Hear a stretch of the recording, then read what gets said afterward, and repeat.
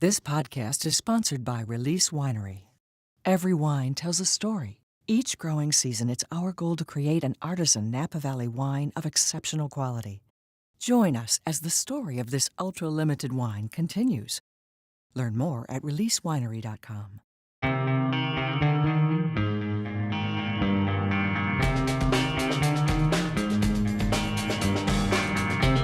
We did, yeah. So David purchased an additional 40-acre property adjacent.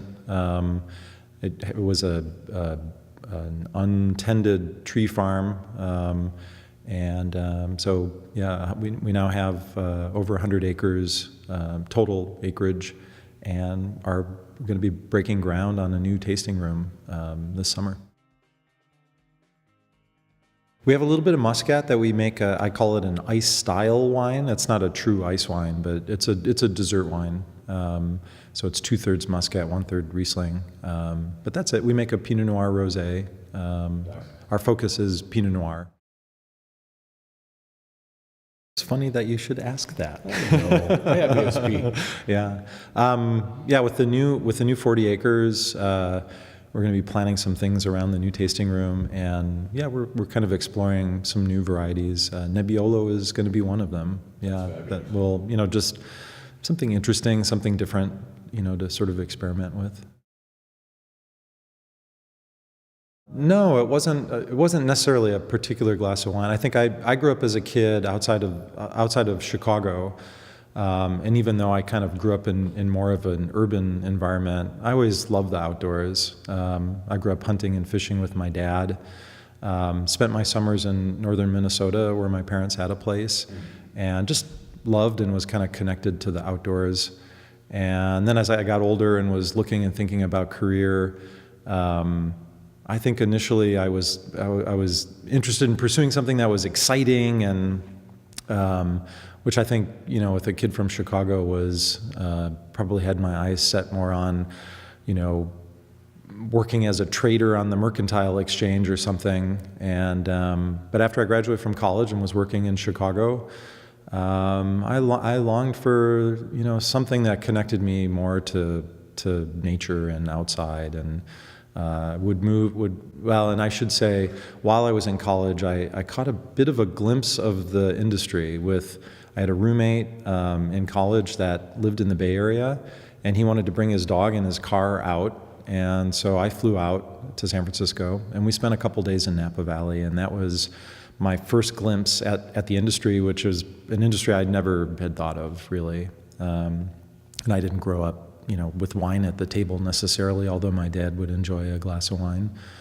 And I think I was more taken in by, just what I saw, I think, when we showed up. And that was probably my first taste of a fine wine as well. You probably didn't get a chance to peek into a cellar or anything like that. I did, actually. Oh, did you? Yeah, I did. Yeah. And so, of course, seeing the vineyards, getting to peek into the, production facility, of course, experiencing the tasting rooms and experiencing the wines. I kind of joked with my roommate at the time. We sort of joked about the winery we would one day start. Of course, we, drove back to Illinois, Champaign-Urbana, and it was kind of forgotten about until just a few years later. Who would become my wife and I moved to Seattle and reconnected, kind of with the wine industry in the Northwest, both here in Oregon and up in Washington. And it would be just a handful of months after we arrived in Seattle at a holiday party where my wife worked. The folks were talking about brewing beer, and that next weekend I went out and bought all the supplies, and we started brewing beer back in 1993 in our apartment in Seattle. And I think that's kind of where it started. And I think that was in the back of my mind for years. And it would be almost 10 years before I would finally, my wife would agree, and we would pack our stuff in storage, sell our house, and we moved to New Zealand. And, Well, there you go. And that was my first real commercial winery experience. I did help out a winery outside of Chicago before that, kind of dabbling and seeing if I thought I would like that. But yeah, it would be the end of 2002, where I would kind of help a producer outside of Seattle make the decision. We'd sell our house, pack things up, and by February of 2003, we were living in New Zealand. Wow, that's such a great question. What I like talking about most, I think, is terroir, and I think often people feel like they understand what that is and what that means, and oftentimes I feel like it's very misunderstood as to exactly what that is and what that means, and I don't know. So I think that's kind of what I like. I think people think terroir is environment.